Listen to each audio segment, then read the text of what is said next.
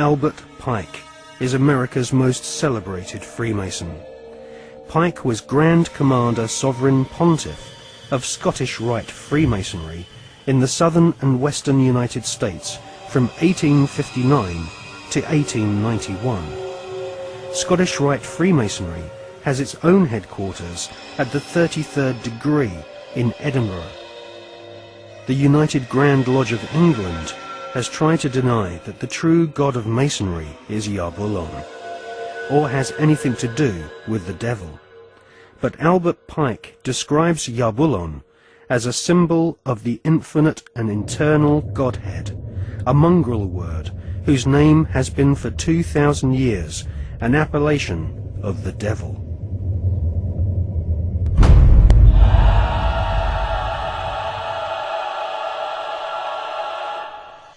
On the 14th of July 1889, Albert Pike issued these instructions to 23 Scottish Rite Supreme Councils throughout the world. We worship a God, but it is the God that one adores without superstition. To you, Sovereign Grand Inspectors General, we say this, that you may repeat it to the brethren of the 30th, 31st, and 32nd degrees. The Masonic religion should be the Luciferian doctrine. Lucifer is God. The true and pure philosophical religion is the belief in Lucifer. So, Yarbulon is really an alternative name for the devil. The last syllable, on, is a code name for the ancient Egyptian god Osiris, who was the god of the dead. There can be no doubt that the Scottish Rite form of Freemasonry in America and Britain is controlled by high-ranking 33rd degree Masons who worship Satan or Lucifer as their god.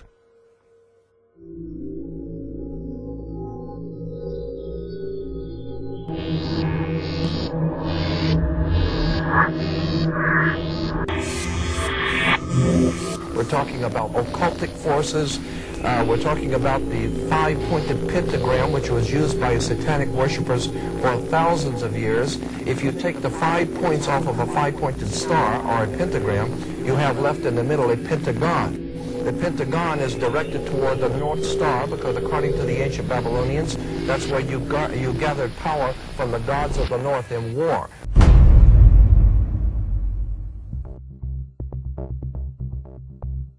We cannot allow our sons and daughters to be sent to die in a bankster's war. For oil, for heroin, for cocaine, for gold, or for control. Sun Tzu, the great strategist of war, said that all confrontations are won before the battle begins. There has never been a battle that has been won defensively. But we must prepare by becoming self-sufficient. We must prepare to do that which has not been done before. Once identifying the enemy, they have to be routed out.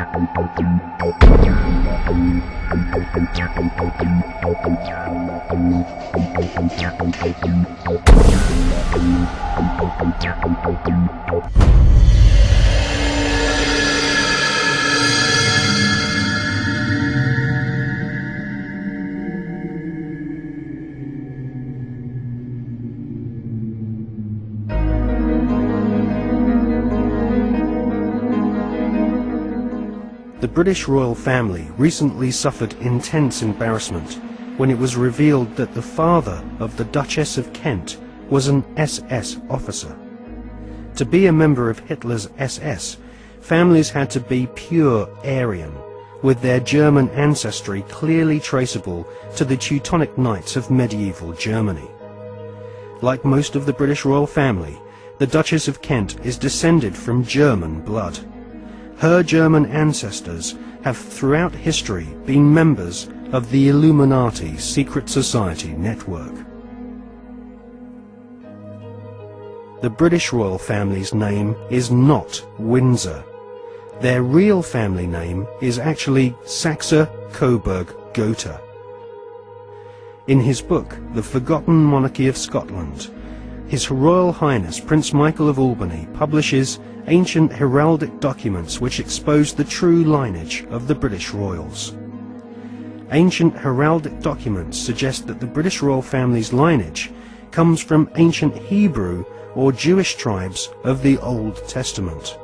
During the reign of Queen Elizabeth I, she referred to England as Israel or Jerusalem. According to the Masonic reference works that you can get in any library, the Freemasonic orders of Europe said that there was a little ideologue, a little spiritual entity that gave the knowledge to what the Masons call our hidden masters. That's what Freemasonry refers to, those who lead world Freemasonry. They don't know who they are. No Freemason knows who the actual leaders of the world organization are. They call them our hidden masters. Well, according to the reference works, there is a little spiritual entity that guides the world Freemasonry, and they call him Yoda. And in the reference works, you'll see this little creature with the pointed ears, and he's called Yota. Yota goes back to Judah, or Judah, which goes back into British Israel World Freemasonry, going back to the time of the founding of England, and that's why they're today called British. The British, it's a very big difference between being English and British. Brit is Hebrew for contract or a covenant, and Ish means man in Hebrew.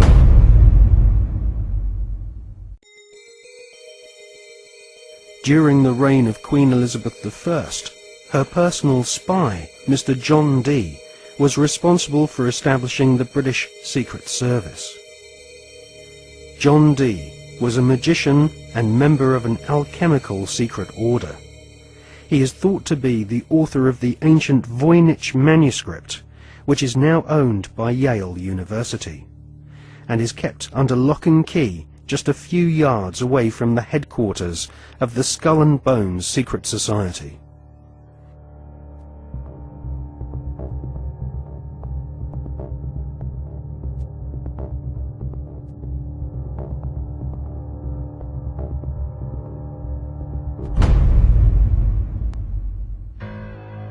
The Duchess of Kent might be ashamed of her father having been a member of the SS, but she might equally be keen to play down the fact that her husband, the Duke of Kent, is Britain's most senior royal Freemason.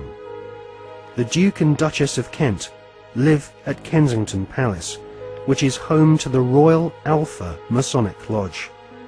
The Royal Alpha Lodge was established by the Duke of Sussex after he became Grand Master of United Grand Lodge in 1813.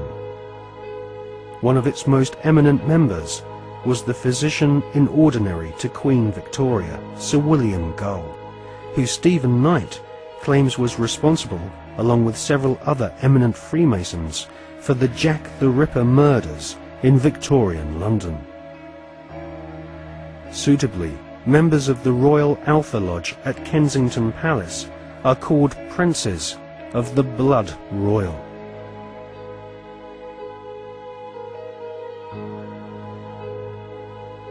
Secret societies across the planet proudly claim to have geniuses such as Mozart and kings amongst their membership. But none of these secret societies allow their members to speak of the rituals which go on behind closed doors in palaces and government buildings around the world. The satanic rituals of Freemasonry have been practiced by several kings of England, but all those questioned sweep Freemasonry's darkest satanic secrets under a very plush carpet.